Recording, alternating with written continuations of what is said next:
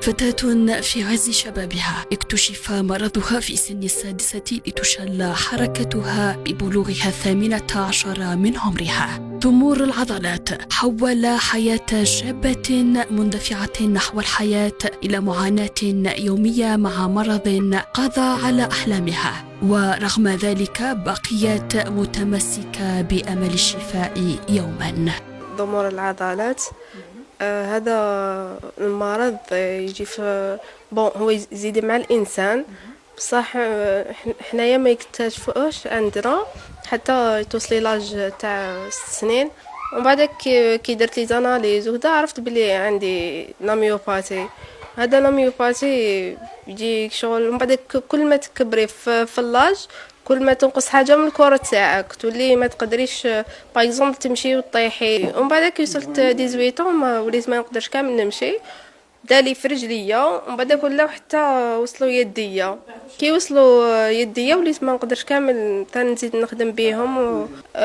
هي طاكي ليره، طاكي القلب، طاكي التنفس.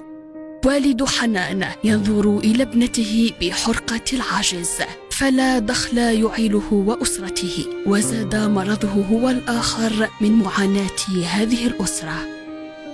أما الوالدة فتكافح وتعمل جاهدة كي لا يكون مصير ابنتها كأمثالها الذين رحلوا عن هذه الدنيا بسبب هذا المرض، آملة أن ترى ابنتها يوما واقفة على رجليها كباقي أقرانها.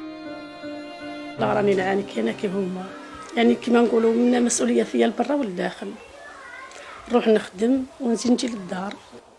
ودوك راني كيما نقولوا مام حنان دوك راني الحمد لله كان عند هذه الشريطه، كنت بكري نديها بها من بسعيده ابي للرقايه ندير الصبور ونزيد نجيبها وانا نخدمها. بصح الواحد واش يقول كيما نقولوا نحمد ربي نشكروه. هي انا ماني طالبه والو كيما نقولوا طالبه لبنتي برك تحسن ظروفها.